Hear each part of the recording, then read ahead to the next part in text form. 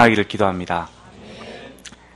우리는 3월을 봄의 시작으로 생각합니다. 그런데 아직 날씨가 많이 춥기 때문에 봄인지 겨울인지 아직 겨울의 끝자락이 여전히 명의를 떨치고 있습니다. 하지만 우리는 우깁니다. 3월은 봄이다. 지금부터 봄이다. 새 출발이다. 우리가 3월이 영어로 March이지 않습니까? 모세 목사님 말씀하신 것처럼 새로운 전쟁을 하는 그런 어떤 진군하는 그런 시기인데 우리가 새로운 마음으로 3월을 출발하여 하나님께 영광 돌리는 승리의 삶 살 수 있기를 기도합니다. 우리가 3월을 시작하며 요한복음 말씀을 공부하게 되어 감사합니다. 우리 오늘 말씀 통해 주님의 음성을 깊이 듣기를 기도합니다. 요절 말씀인 14절 말씀 다시 한번 읽어보도록 하겠습니다. 시작. 말씀이 육신이 되어 우리 가운데 거하심에 우리가 그의 영광을 보니 아버지의 독생자의 영광이요 은혜와 진리가 충만하더라. 잠시 기도하겠습니다. 하나님 아버지, 우리에게 독생자 예수님을 보내주셔서 감사합니다. 예수님이 어떤 분이신가, 우리를 위해 무엇을 하셨는가 깊이 생각하며 예수님 만나는 시간 되게 하여 주시옵소서. 그 안에 있는 하나님의 영원한 신성과 생명과 빛을 덧입어 우리가 이 땅에 하나님 주신 삶을 힘있게 살아가며 또 영혼을 향하여 나가는 저희의 삶이 되도록 도우시기를 기도합니다. 이 시간을 축복하시고 주님의 음성을 들려주시옵소서. 예수님 이름으로 기도하였습니다. 아멘. 예수님이 누구신가라는 것은 큰 질문입니다. 지난 2000년 동안 그랬고 지금도 그렇습니다. 세상은 예수님을 바로 알지 못합니다. 우리도 예수님을 은혜로운 구세주로만 알기 쉽습니다. 그런데 요한복음은 예수님을 삼위일체 하나님, 창조주, 생명의 근원이라고 말합니다. 세상의 빛이요, 영원한 생명의 양식, 선한 목자, 부활과 생명 자체라 말합니다. 요한복음의 독특성은 예수님을 창조주 하나님으로 선포하는 데 있습니다. 이것이 예수님의 본래 모습입니다. 이 예수님을 알 때 우리는 어떤 것에도 흔들리지 않습니다. 이 세상 만물을 창조하신 분이 나의 목자신데 우리가 무엇이 두려울 것이 있겠습니까? 그분 안에서 우리의 삶은 참 생명과 빛, 은혜와 진리로 넘치게 됩니다. 예수님은 요한복음에서 에고 에이미, 나는 무엇이다 이렇게 하심으로 자신이 누구신가를 계시하십니다. 그래서 우리는 요한복음을 통해 예수님의 다양한 모습에 대해 배우게 될 것입니다. 예수님이 누군가 하는 것을 아는 것이 왜 중요할까요? 이는 그를 믿어 생명을 얻게 되기 때문입니다. 오직 이것을 기록함은 너희로 예수께서 하나님의 아들 그리스도이심을 믿게 하려 하며 또 너희로 믿고 그 이름을 힘입어 생명을 얻게 하려 함이니라. 믿음이란 예수님을 고백하고 영접하여 예수님 자체를 얻는 것입니다. 예수님 안에 거하고 하나 되어 그분의 생명을 얻는 것입니다. 우리가 요한복음을 통해 예수님이 누구신가 알고 믿고 그분과 하나 되어 생명력 넘치는 삶을 살기를 기도합니다. 요한복음 1장 1절에서 5절은 요한복음에서도 가장 어려우면서도 또 가장 중요한 부분입니다. 그 이유는 예수님의 신성을 말하고 있기 때문입니다. 요한복음은 처음부터 예수님이 하나님이심을 선포하며 시작합니다. 태초에 말씀이 계시니라. 이 말씀이 하나님과 함께 계셨으니 이 말씀은 곧 하나님이시니라. 여기서 태초란 창세기의 태초와는 달리 우주 만물이 있기 전 영원의 상태를 이야기합니다. 우주가 존재하기 전 영원의 때 말씀이신 예수님이 계셨습니다. 태초에 말씀이 계시니라. 태초에 무엇이 있었는가 하는 문제는 인류의 오랜 숙제였습니다. 이것은 철학자들이 고민하는 제1원인자, the first cause, 제1원인자에 대한 이야기입니다. 여러분들은 이 세상에 처음 무엇이 존재했는가? 이 세상이 어떻게 생겨났는가? 어떻게 생각하십니까? 이 세상 모든 만물이 어떻게 존재하게 되었으며 그 처음은 무엇으로부터 출발했을까요? 요즘은 이 스티븐 호킹의 빅뱅 이론으로 설명하고자 합니다. 아마 우리 말만 들었지만 대단한 이론일 것입니다. 그런데 빅뱅, 이 대폭발이 일어나려면은 에너지와 물질과 시간과 공간, 많은 것이 필요할 텐데 도대체 이런 것은 어디서 온 것입니까? 철학자들은 이에 대해 많은 사색을 하였습니다. 어떤 이는 공기가 제1원인이다. 물, 불, 또 알키메데스는 숫자, 이렇게 말했습니다. 그래서 태초에 물이 있었다, 태초에 불이 있었다, 이렇게 말을 할 수가 있었습니다. 요한복음에서 요한은 태초에 말씀이 있었다, 태초에 말씀이 계시니라, 이렇게 말하고 있는 것입니다. 여기서 말씀은 헬라어로 우리가 잘 아는 것처럼 로고스입니다. 로고스는 두 가지 의미를 크게 갖는데, 하나는 만물의 근원이요, 또 하나는 소통의 매개체라는 것입니다. 첫째로 로고스는 만물의 근원이 됩니다. 로고스의 이 헬라어 사전적 의미는 말입니다. 예수님이 말씀하셨다 할 때도 로고스, 말, 또 하나는 의인화된 하나님의 말씀, 또 이성, 이런 것들이 로고스의 헬라어 사전적 의미입니다. 철학적 의미는 만물을 이루는 이성적 원리, 이 천지 만물이 어떻게 존재하게 됐는가 하는 그 가장 제1원인자, 이성적 원리, 이것을 로고스라고 철학자들은 생각했습니다. 헬라의 스토아 철학자들은 우주 만물을 이루는 이성적 원리, 즉 제1원인자를 로고스라고 생각했습니다. 그리고 AD 1세기에 유대 철학자 필로는 로고스를 사람들에게 하나님의 형상을 부여하고 또 하나님께로 인도하는 신적 존재로 이해를 하였습니다. 요한은 그들이 말하는 로고스가 다름 아닌 예수님이다 말하고 있는 것입니다. 요한에게 로고스라는 단어는 예수 그리스도의 신성과 창조 사역과 중보 사역을 나타내기에 매우 적합한 말이었던 것입니다. 또한 구약적 배경으로 볼 때 하나님은 말씀의 하나님이십니다. 태초에 하나님이 말씀으로 천지를 창조하셨습니다. 로고스는 이처럼 헬라인들에게는 만물의 제1원인자요, 또 유대인들에게는 말씀, 곧 창조주 하나님이었습니다. 둘째로 로고스는 소통의 매개체입니다. 요한이 예수님을 로고스, 곧 말씀으로 묘사한 것은 예수님이 소통의 매개체이기 때문입니다. 하나님은 언어적 존재인 인간에게 말씀이신 예수님을 통해 당신을 나타내십니다. 히브리서 1장은 이렇게 말합니다. 하나님이 이 모든 날 마지막에는 아들을 통하여 우리에게 말씀하셨으니, 하나님은 말씀이신 그리스도를 통해 당신의 사랑을 인류에게 나타내고자 하셨습니다. 태초에 말씀이 계시니라, 이 말씀이 하나님과 함께 계셨으니 이 말씀은 곧 하나님이시니라. 태초에 계셨던 말씀은 하나님과 함께 계셨고 또한 이 말씀은 하나님이시기도 했습니다. 함께 있다는 것은 이 두 개가 별개의 존재라는 것인데, 또 이것이 같은 존재라고 말하고 있으니 어떻게 된 것입니까? 이는 삼위일체를 말합니다. 말씀이신 성자는 성부와 함께 계시기도 하며 동시에 동일한 분이십니다. 예수님은 이렇게 말씀하셨습니다. 나와 아버지는 하나이니라.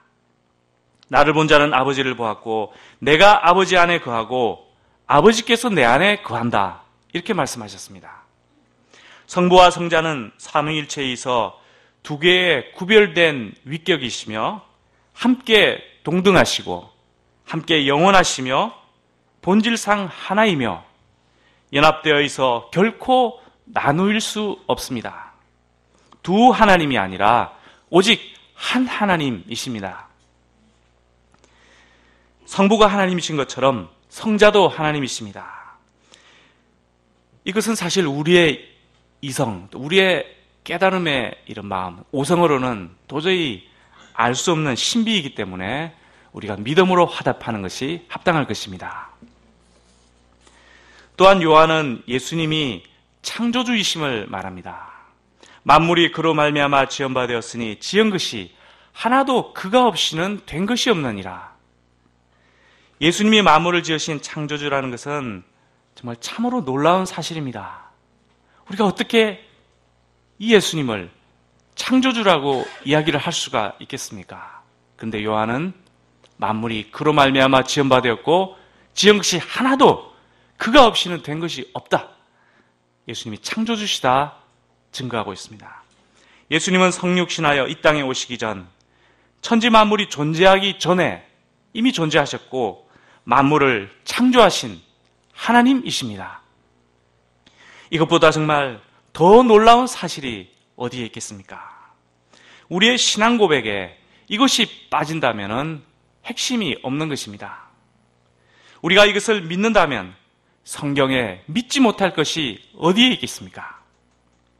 이 창조주 하나님 안에 인생의 절대적인 의미와 목적을 또한 우리는 발견할 수 있습니다. 인생이 우리 진화론자들이 이야기하는 것처럼 이런 여러 가지 과정을 거쳐 물질에서 진화되어 왔다면은 나라는 존재는 그 진화의 과정 중에 그 자연이 어떤 원리를 따라서 자연이 선택한 또 우연히 진행되어 오는 하나의 과정에 불과할 것입니다. 사람이라는 것은 하나의 완결된 인격체가 아니라 진화론적으로 보면은 하나의 과정에 있는 것입니다. 우리가 이것을 영접할 수 있겠습니까? 이러한 생각은 내가 왜 태어났는가?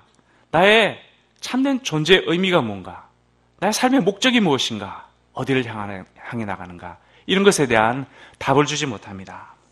이때 우리는 깊은 허무에 빠지고 단지 현재 이 과정 중에 있는 바로 이 현재 이 시점, 이 시간과 공간 속에 여기서 기쁨을 누리고 만족하며 살아가는 요즘에 이런 이야기들을 많이 하지 않습니까? 이런 것을 쫓아서 때로는 막 순간의 쾌락을 쫓아 삶을 살아갈 수밖에 없습니다. 최근 한 게임 회사의 카피에는 이런 말이 있습니다. 우리는 이 카피처럼 이렇게 말할 수밖에 없을지 모릅니다. 꿈은 없고요. 그냥 놀고 싶습니다. 또 열심히 돈을 벌고 명성을 얻고 출세를 하고 또 세상에 많은 이 재미거리를 찾아봐도 이 문제가 해결되지 않습니다. 어느새 나이 들어 병들고 죽음의 문이 가까워질수록 창조주를 몰랐던 삶이 얼마나 두려운 사실인가 하는 것을 깨닫게 됩니다. 세상 모든 것을 누려본 솔로몬 왕은 이렇게 고백했습니다.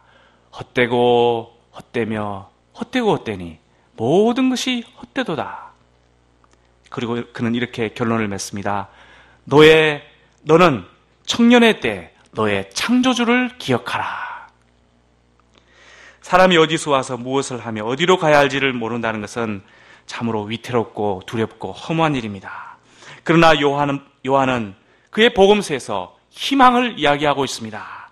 만물이 그로 말미암아 지은 바 되었으니 지은 것이 하나도 그가 없이는 된 것이 없느니라. 우리에게 부모님이 계시듯 우리 모두에게는 창조주가 계시다는 것입니다. 부모님이 우리를 태어나게 하셨듯이 그 이전에 창조주 하나님이 우리를 태어나게 하셨다는 것입니다. 우리는 그의 만드신 걸작품입니다. 그냥 단순한 작품이 아니라 걸작품입니다. 절대적인 존재의 의미와 목적을 갖고 태어났습니다. 우리는 그리스도 예수 안에서 선한 일을 위하여 지으심을 받았습니다. 악하고 아무렇게나 살라 이것이 아니라 선한 일, 그것을 위하여 우리 인간은 지음을 받았습니다. 하나님으로부터 와서 하나님으로 말미암아 살다가 하나님께로 돌아가는 삶의 의미와 목적과 방향이 분명한 것이 바로 나 자신인 것입니다. 이처럼 창조신앙은 우리의 삶의 길을 밝혀주는 생명의 빛이 됩니다. 그리고 이것은 예수님이 삼위일체 성자 하나님이요 만물을 지으신 창조주라는 그 사실에 기초하고 있습니다. 창조주 예수님은 또한 우리 생명의 근원이 되십니다. 그 안에 생명이 있었으니 이 생명은 사람들의 빛이라. 헬라 철학의 로고스와는 달리 예수님은 생명이 있는 로고스, 또 인간과 교감할 수 있는 이런 인격적인 로고스입니다. 예수 그리스도는 생명의 근원, 원천, 공급자, 주관자가 되십니다. 그로부터 모든 생명의 물줄기가 흘러나오는 생명의 샘 근원입니다. 그래서 우리의 삶이 공고할 때 언제든지 이 샘으로 달려가 그 샘의 물을 기를 수 있는 그 샘물입니다. 그러므로 이 생명은 우리 모든 사람들에게 빛이 됩니다. 삶에서 실망하고 절망하여 지쳐 쓰러진 사람들에게 이 생명의 빛은 희망이 되고 위로가 되고 힘이 되는 그러한 빛입니다. 사람들은 살아있을 동안에 열심히 일을 하고 또 재미있게 살아가지만 또 한편으로는 어둠이 있습니다. 사람의 삶에는 빛된 요소도 있지만 어둠의 요소가 많습니다. 죄의 어둠, 허무의 어둠, 이런 어둠의 세력들이 있고 이것에 시달립니다. 어둠 중에 가장 어두운 것은 무서운 죄성일 것입니다. 이러한 죄는 인간의 힘으로 해결할 수 없고 빛의 창조자이신 하나님을 통해서만 없앨 수가 있습니다. 사람들은 때로 갑작스럽게 죽음을 맞이하기도 합니다. 전쟁을 통해 또 살인을 통해 또 사고와 질병을 통해 소중한 생명들이 사라져가고 있습니다. 그리고 모든 사람들은 모두가 죽습니다. 우리가 죄 때문에 모두가 언젠가는 다 죽습니다. 그리고 죽음 앞에 서서야 비로소 사람들은 삶이 얼마나 중요했는가, 생명이 얼마나 중요한가, 나의 삶을 1년만 더 연장할 수 있다면, 한 달만 더 연장할 수 있다면, 정말 일주일만 더 연장할 수 있다면 얼마나 좋을까. 이처럼 삶과 죽음이라는 것은 너무나 다른 세계인 것입니다. 우리가 노후에 무병장수를 하기 위한 이런 노력을 하는 것도 필요하지만 죽음 자체를 이기는 영생의 이런 길, 이것을 반드시 알아야 합니다. 그 안에 생명이 있었으니 이 생명은 사람들의 빛이라. 말씀이요 창조주이신 예수님 안에 영원한 생명의 일이 있습니다. 그런데 이 생명의 빛이 어둠에 비쳤는데도 어둠이 깨닫지 못했습니다. 이에 하나님께서는 빛의 증거자 세례 요한을 보내셨습니다. 그는 이 빛이 아니요 빛에 대해 증언하러 온 사람으로서 그의 증언을 통해 사람들이 믿음을 갖기를 바랬습니다. 이 증언자를 통해 예수님은 참 빛으로 각 사람 한 사람의 마음에 임하셨습니다. 예수님은 참 빛이시지만 빛의 증언자를 통해 일하십니다. 이것이 예수님의 역사 방법입니다. 기억나십니까? 작년에 마태복음 할 때 아일랜드에 복음을 전했던 5세기의 누구였습니까? 성 패트릭에 대한 이야기를 한 적이 있습니다. 오늘은 그의 패트릭의 후예 중 한 사람인 100년 후 6세기에 영국 선교에 헌신했던 성 콜룸바에 대해서 말하고자 합니다. 영국 스코틀랜드 북서쪽 자락의 섬들 중에는 이 아이오니아라는 아주 아름답고 유서 깊은 정말 유명한 작은 섬이 있습니다. 이곳에 6세기경 아일랜드 출신 선교사인 수도사인 성 콜룸바가 12명의 제자들을 데리고 와서는 수도원을 짓고 또 기독교 공동체를 이루었습니다. 그리고 그 지역에 이런 운동이 많이 퍼져나갔습니다. 이곳은 바로 그러한 운동의 중심지였습니다. 이곳에서 그들은 성경을 연구하고 또 그리스와 로마의 학문을 연구하고 당시 그 유럽 대륙이 이민족의 침입으로 아주 그 혼란과 어둠에 빠져 있을 때 그곳에서 그리스와 로마의 학문을 연구하고 전승하고 또 영성을 쌓고 훈련을 받았습니다. 이런 많은 제자들이 스코틀랜드와 북부 잉글랜드로 파송이 되었습니다. 그 복음이 우리와 이것이 무슨 상관이 있습니까? 이 사람들하고. 그 복음이 1400년 후 오늘날 스코틀랜드 장로교회를 통해 우리에게까지 흘러 들어오게 된 것입니다. 우리가 지금 예배하고 있는 것은 그 작은 아이오니아 섬에서 성 콜룸바와 12명의 제자들이 기도하고 성경 공부하고 또 훈련받고 제자로 파송된 그 열매가 지금 바로 우리인 것입니다. 아이오니아란 말은 헬라어 아이오니오스, 즉 영원이라는 뜻입니다. 영원함은 하나님과 관련된 개념입니다. 열정의 사람 성 콜룸바를 비롯한 아일랜드 수도사들은 아이오니아 섬, 곧 영혼의 섬에서 하나님과 교제하며 그 생명과 빛을 덧입었을 것입니다. 온 세상에 예수 그리스도의 생명의 빛을 전하는 빛의 증언자들이 되었습니다. 이 젊은 그리스도인들은 아이오니아 섬에서 예수님과 성경뿐 아니라 아름다운 자연에 계시된 하나님을 느끼고 창조주의 심장박동 소리를 들으며 믿음이 성장해 갔을 것입니다. 예수님의 생명과 빛을 덧입고 중세의 어두움을 뚫고 스코틀랜드와 북잉글랜드에 하나님 나라를 건설하는 예수님의 위대한 증언자들로 그들의 삶을 드렸습니다. 하나님은 오늘날도 생명과 빛에 충만한 빛의 증언자들을 통해 당신의 빛을 세상에 비추기를 원하십니다. 우리도 생명의 빛 예수님을 만나 그 생명의 빛을 캠퍼스와 이 세상에 전하는 빛의 증언자로 살아가기를 기도합니다.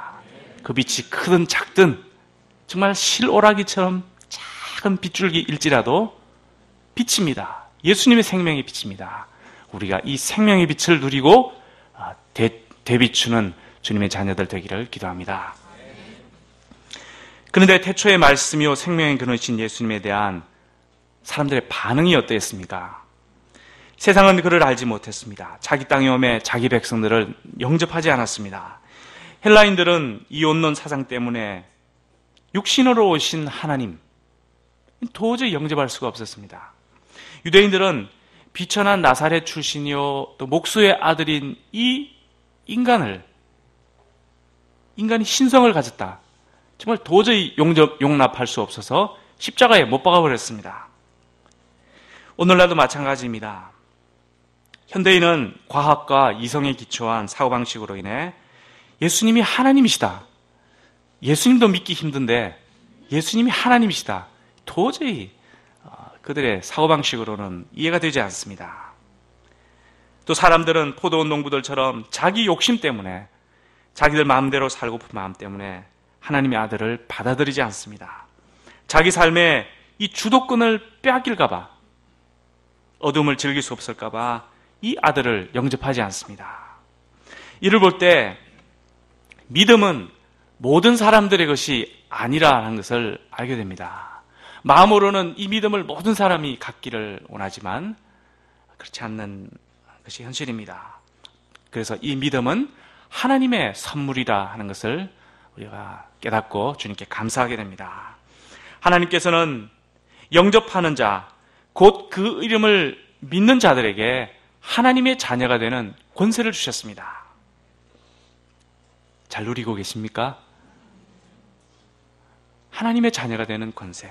이 권세는 참된 하나님께 예배를 드릴 수 있는 또 기도할 수 있는 권세입니다. 하나님을 아버지라 부를 수 있는 권세입니다. 장차 하나님 나라를 상속할 상속자의 권세입니다. 우리가 이것이 잘 느껴지진 않지만 믿고 영접하고 붙듭시다. 그러면 때가 되면 하나님을 예배하는 것이 얼마나 큰 권세인가.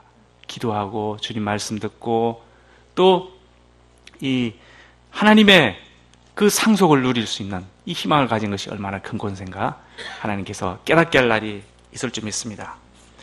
믿음의 가정에서 태어난 우리 2세들은 자신의 마음과 입술로 예수님을 영접하고 고백하는 개인 신앙을 가져야 합니다.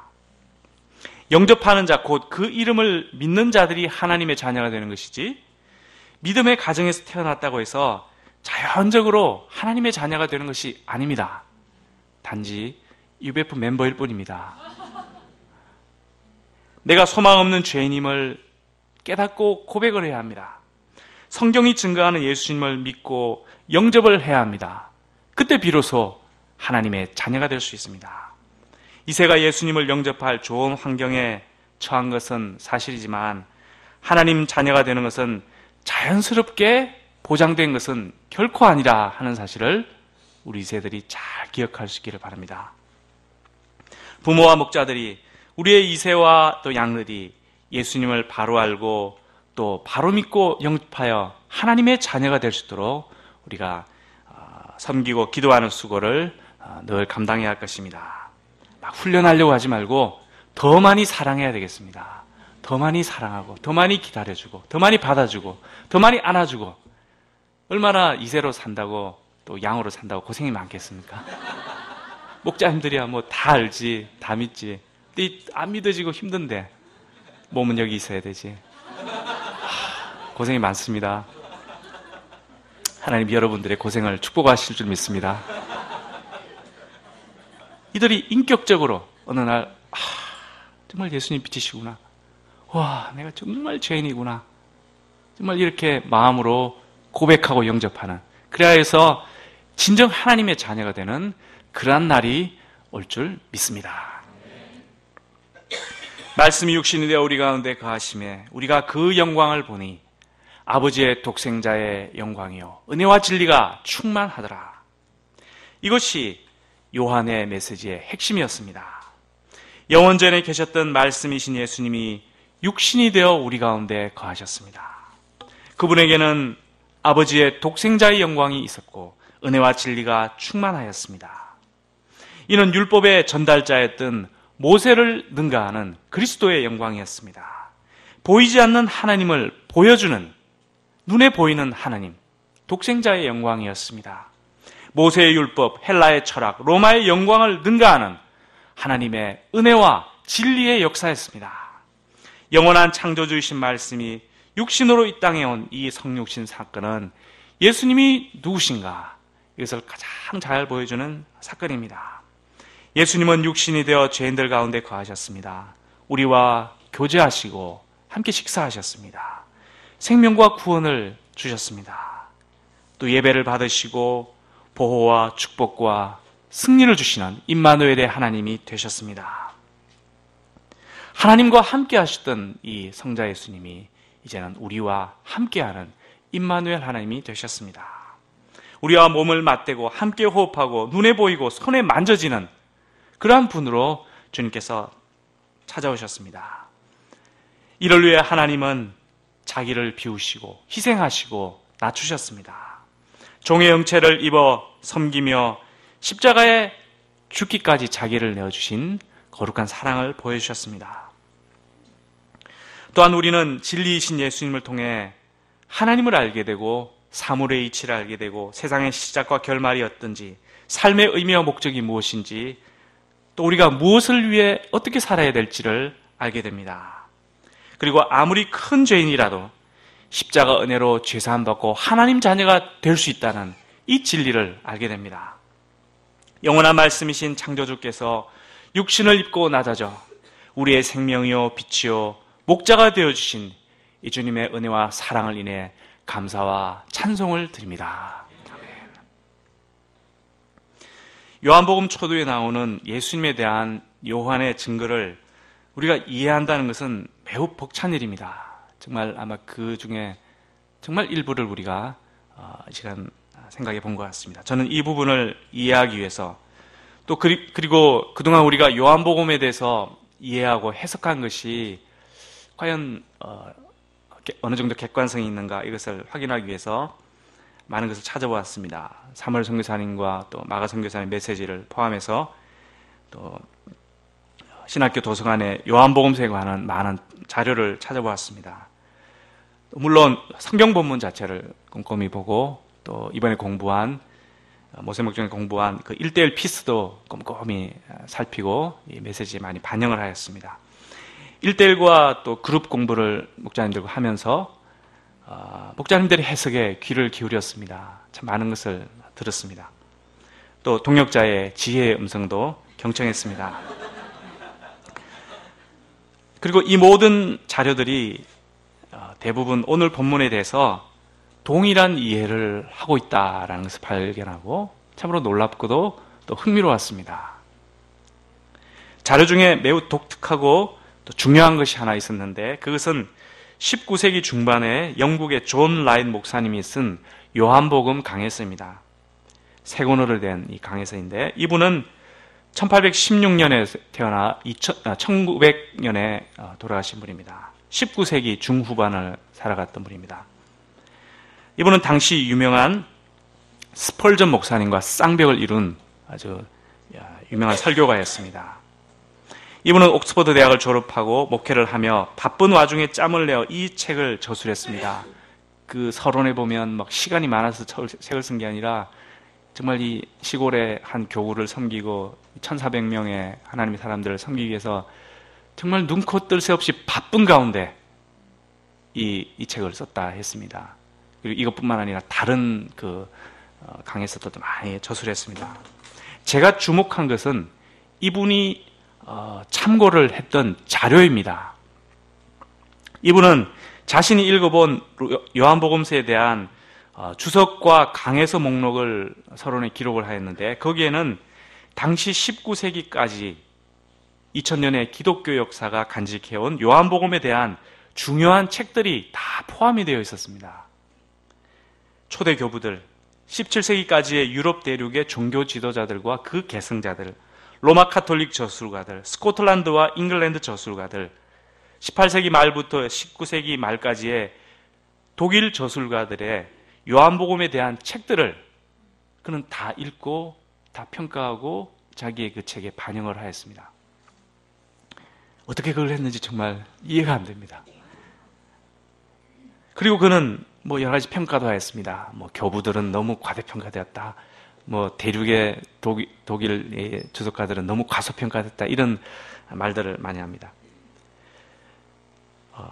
제가 말하고 싶은 요점은 이분이 2000년 기독교 역사 동안에 요한복음에 대한 이 주요한 저작들을 다 읽어보고, 그리고 자신이 요한복음 본문을 꼼꼼히 연구하여 요한복음 1장 전반부에 대해 써내려간 바로 그 해석입니다. 이 사람은 그러면 그 모든 2000년의 자료들을, 자기가 본 이 성경을 어떻게 정리를 하는가, 어떻게 요한복음 1장 초반부를 이해를 하는가 하는 그 해석입니다. 이분의 요약 해설의 타이틀은 다음과 같습니다. 첫째, 예수 그리스도는 영원 전부터 계신 분이다. 둘째, 예수 그리스도는 하나님 아버지와 구별된 위격이시면서도 그와 하나이시다.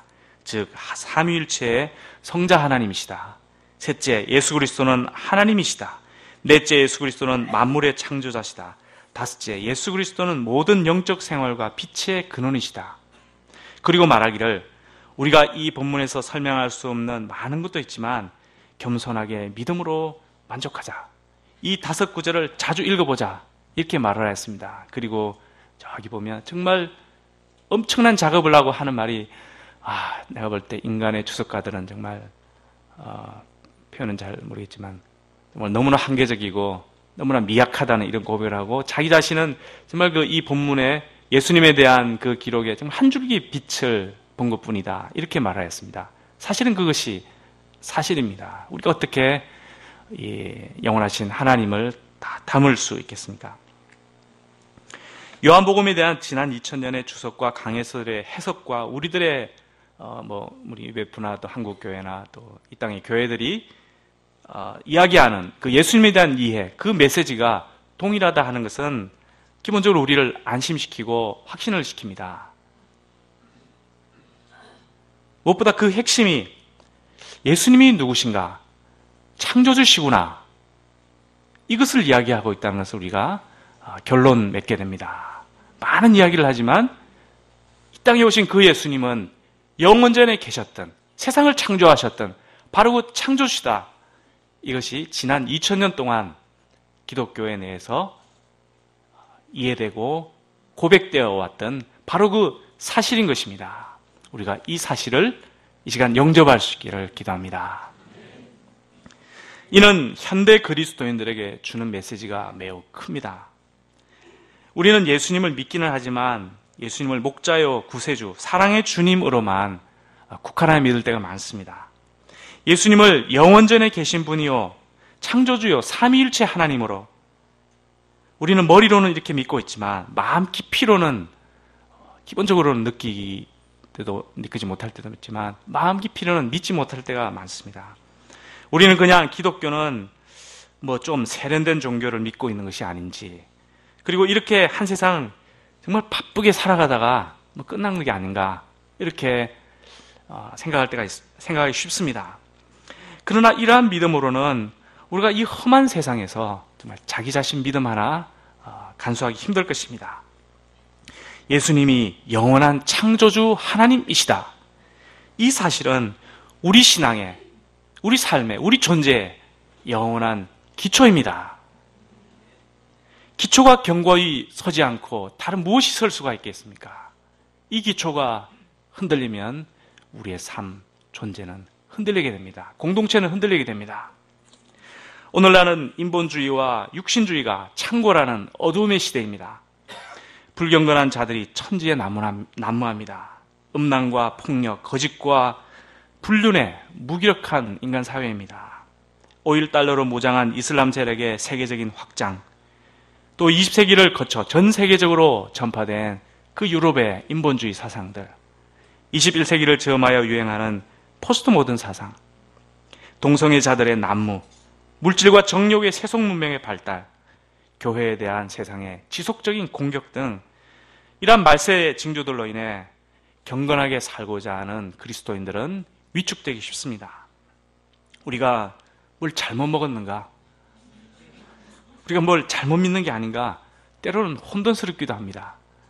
그냥 대충 믿고 대충 살아가도 안 될까? 이런 연약한 마음이 들 때도 있습니다. 이런 중에 최근 한국에서 가톨릭의 성장과 개신교의 침체는 눈에 띕니다.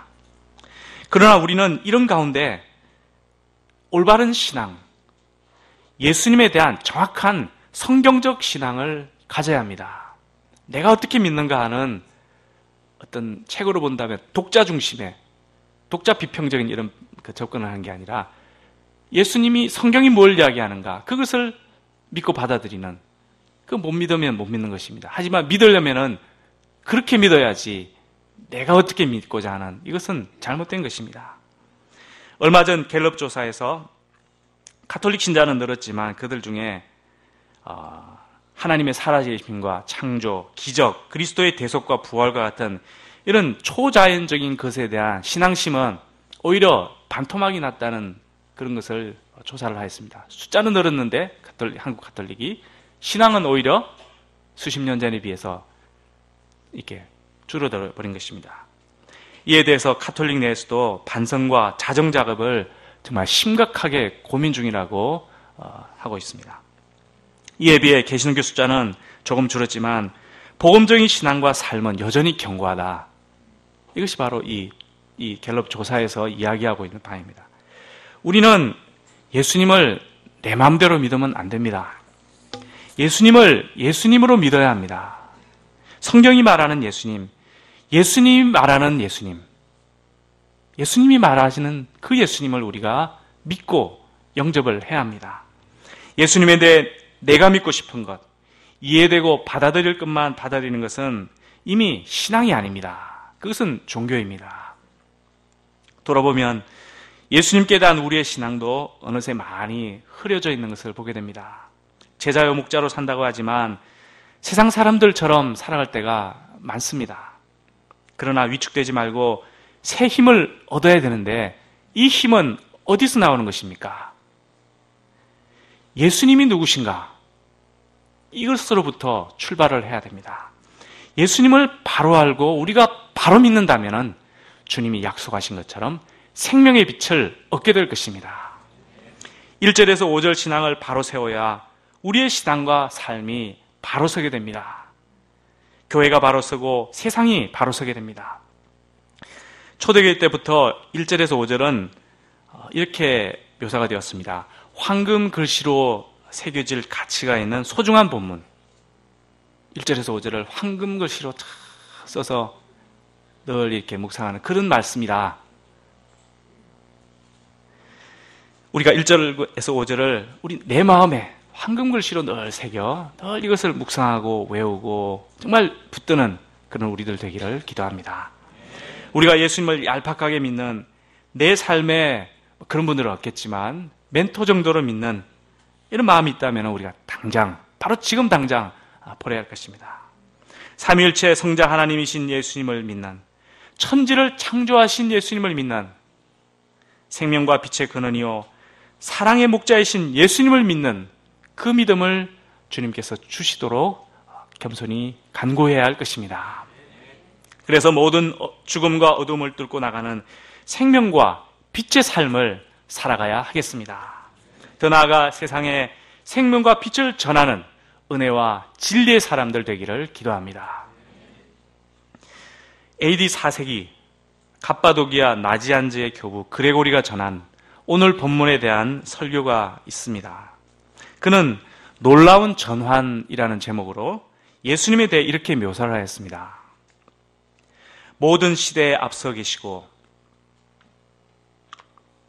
보이지 않으시며 파악할 수 없으시고 비물질적이며 태초로부터 모든 것의 원인이시고 빛에서 나오신 빛이시며 생명과 영생의 원천이시고 신적 형상의 신적 원형의 형상이시며 지울 수 없는 인장이시고 세세의 동일한 형상이시며 아버지의 표현이요 말씀이요 하나님의 아들인 바로 그분은 당신 형상대로 지어내신 사람을 돕고자 사람이 되십니다. 그분은 사람에 대한 사랑 때문에 사람이 되시고 영혼에 대한 사랑 때문에 인간 영혼과 결합하십니다. 다른 이들을 부욕해 하시는 분께서 가난하게 되십니다. 내가 그분 신성의 부요를 얻도록 그분은 내 육신의 가난을 받아들이십니다. 모든 것을 완전히 지니고 계신 분이 당신 자신을 비우십니다. 내가 그분의 충만함에 참여할 수 있도록 그분은 잠시 동안 당신의 영광을 비우십니다. 오 하나님, 선에 넘치는 부요하며 이 크나큰 신비가 내게 무엇을 말해주고 있습니까? 예수님은 만물의 근원이시요 삼위일체 하나님이시요 창조주이십니다. 생명의 근원이요 빛의 근원이며 성육신하신 말씀입니다. 우리가 이 예수님을 바로 믿어 영생을 누리고 이 생명의 빛으로 어둠을 밝히는 주의 자녀들 되기를 기도합니다. 기도하겠습니다.